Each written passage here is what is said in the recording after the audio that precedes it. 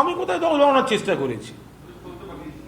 কে চলতে পাকিয়েছি? আমি তখন জেলের মধ্যে, এবং তার পরবর্তীকালে মমতা বন্দ্যোপাধ্যায়ের সঙ্গেই আমার পুরো দস্তুর যোগাযোগ ছিল। সেগুলো সেই রাজনীতিটা বুঝতে গেলে ওকে অনেক বড় হতে হবে। ওইরকম চারানার ফেরেবাজি করে ওগুলো করা যায় না। আমি কেন দল ভাঙাতে যাব? আমি দলের সৈনিক। যেদিন আমি সব থেকে বেশি আমার সঙ্গে দলের সংঘাত হয়েছে, সেসব ভিডিও তো আছে, তো দেখবেন। সেই মাসেও দলকে আমার চাঁদাটা আমি দিয়েছি। এটা আমার কাছে গর্বের ব্যাপার। আমার কোনো নেতা বা নেত্রী বা কোনো নেতার কারুর সঙ্গে আমার চূড়ান্ত মত পার্থক্য হয়েছে, কিন্তু আমি নিজের ঘরের ওপর রাগ করে অন্য দলে চলে গেলাম। আমি তো সেই খেলা তো আমি খেলিনি।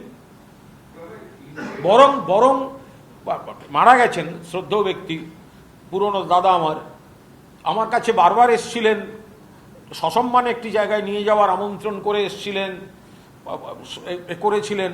তাদের সঙ্গে আমার যথেষ্ট যোগাযোগ ছিল, কিন্তু আমি আমার পাড়ার লোককে পর্যন্ত বুঝিয়ে গেছিলেন কুণালকে দিয়েছ না। আমি হয়নি, আমি পারিনি, করিনি।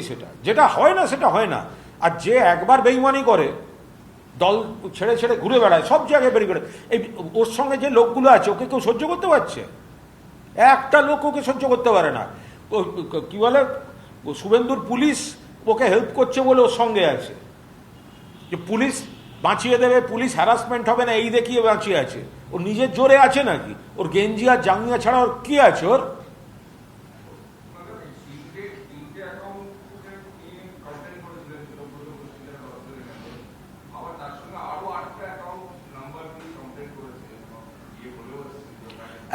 একটা তথাকথিত নাকি তারা তৃণমূল, তথাকথিত স্পিকারের দেয়া নাকি বিরোধী নেতা, তাদের কাজ হচ্ছে তৃণমূলের কি ক্ষতি করা যায়, তারা কর্মীরা আক্রান্ত, কর্মীদের পাশে দাঁড়ানো, সেখানে ছুটে যাওয়া।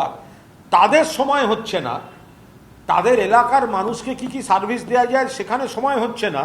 শুধুমাত্র তৃণমূলের বিরুদ্ধে কি চিঠি দেওয়া যায়, তৃণমূলের বিরুদ্ধে কিভাবে ব্যাংক অ্যাকাউন্ট বন্ধ করা যায়, অন্য লোকের হাতে তামাক খেয়ে যাচ্ছে।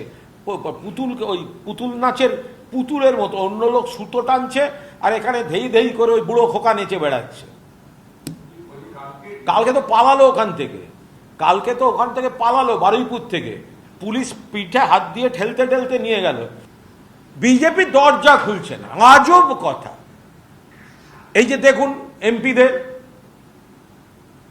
প্রথম দল থেকে জিতে গিয়ে দ্বিতীয় দলের সঙ্গে বৈঠক করে তৃতীয় দলে গিয়ে যোগ দিল।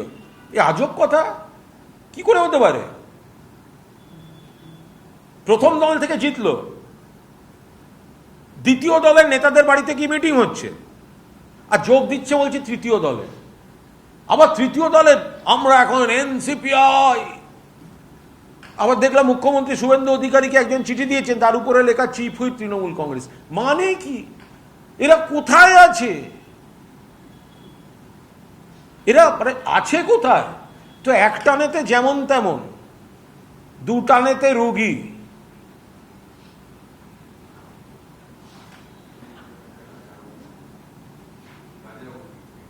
তিন টানেতে ঘুরে ঘুরে আমরা দলত্যাগী, এরকম একটা কিছু আসবে আর কি।